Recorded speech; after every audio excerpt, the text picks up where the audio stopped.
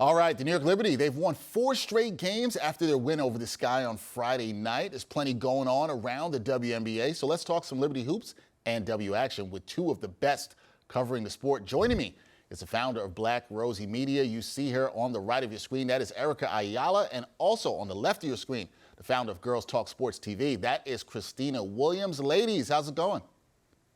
Going well. It's going great.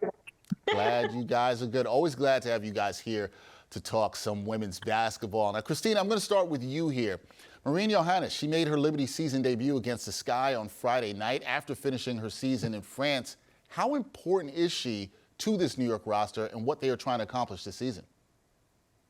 Yeah, Dexter. So as you mentioned, Marine has just traveled back to the United States after completing her season over in with her French national team. And Marine has been a part of this team since 2019, during the Westchester days. And so she's very important to this roster because she's established herself as a versatile playmaker. She adds depth off the bench at the guard position for the New York Liberty. And she just makes all of her teammates better. She provides great energy with her crafty style of play. So she's going to be very important. And in the offseason, the New York Liberty signed her to a 1-year deal. And so, it's all good signs in having Marine back with the team. And, we've talked about this before. It's going to be super important to continue to establish that chemistry amongst the players. And now that they have all of their players back and available, it's going to be important in terms of, getting those wins as the season continues. Yeah, it's going to be important there. Marine also brings that outside shooting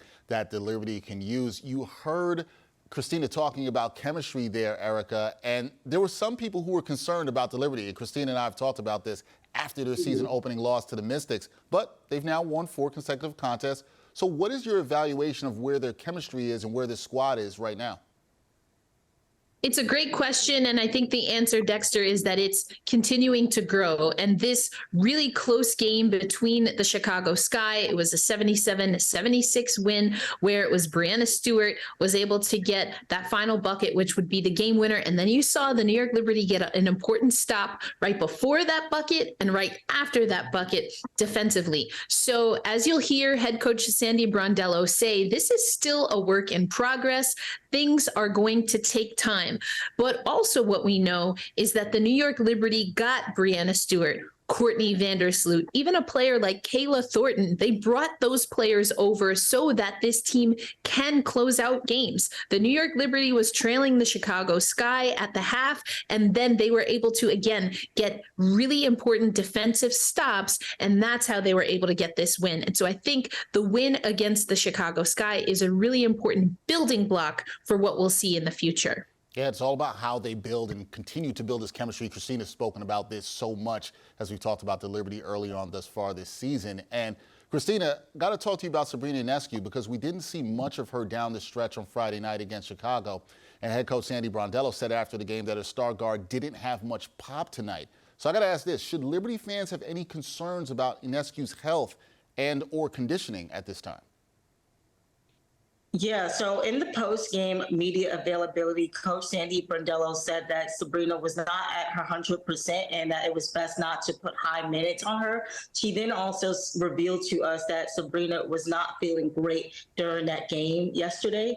And so we don't know exactly what is going on in terms of health-wise, but let's talk about what she did on Tuesday in Seattle. Sabrina has just come off a 20-point game. Her first 20-point game of the season on Tuesday in Seattle. And so, with this roster, obviously it's star field and, where Sabrina lacked, I feel like other players picked up. And Naja Laney had such a great game on both ends of the floor. And then also, Sabrina's bad game is a testament to the Chicago Sky scouting report and Dana Evans' aggressive defense and just their guard play in terms of containing Sabrina after she came off that 20-point game on Tuesday in Seattle. So I don't think that we should be too concerned about Sabrina. I think it was just an off night, and I think that it happens to all the great players, right? And so I'm looking forward to seeing how she'll adjust her game going into the game tomorrow against the Chicago Sky as well. But yeah, off night for Sabrina, I don't think we should be too concerned. You shouldn't be too concerned. You mentioned the depth that the Liberty have in another game coming up against the Sky, as you mentioned on Sunday. Now, lastly, ladies, I'm glad to have this topic. We're going to talk about a broader topic around the W, and I'm so glad I have both of you here to discuss this, because over the past week, there's been a lot of chatter on WNBA Twitter about who covers the league and how they cover the league.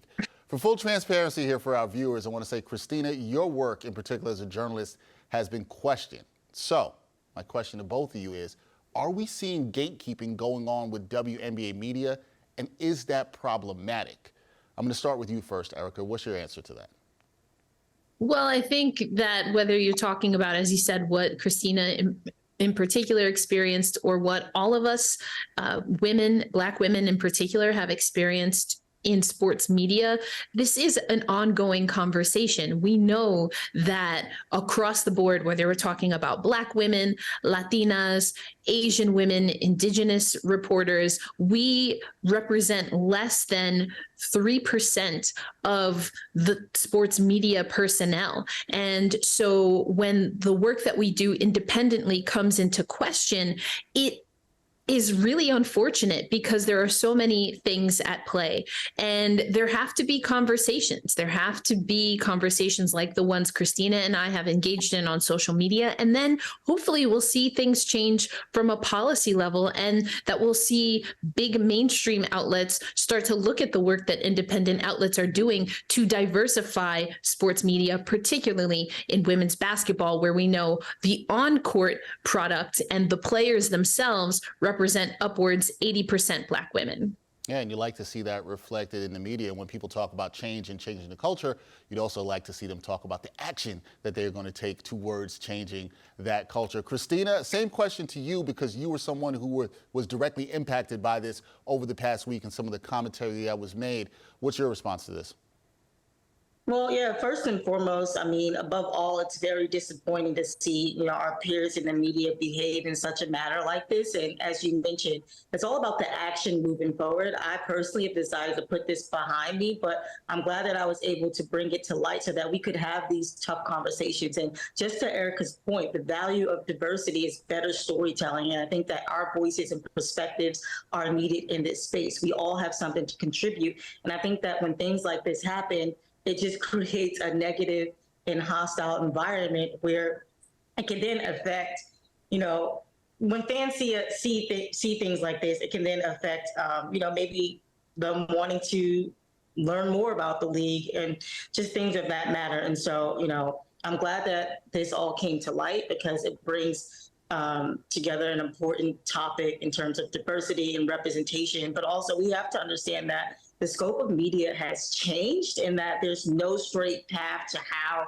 we can cover. I love the diversity in coverage as well that we've been getting over the last few years. And, I feel like there's no place in this space to gatekeep. We should be welcoming in more people, because the truth of the matter is less than 4% of all media coverage is allocated towards women's sports. And so when something like this happens, it just stops us from growing and the mission at hand, which is to grow this game through our coverage. That's right. We do not want to stop the growth and the momentum in the coverage of women's sports. And I just want to say that, I appreciate you both and the work you do, and nobody should question the work of these two women and the great work that they do covering women's basketball. That is Erica Ayala. She is the founder of Black Rosie Media, and also Khristina Williams, the founder of Girls Talk Sports TV, joining me to break down the Liberty and the WNBA. Thank you again, ladies. Appreciate y'all.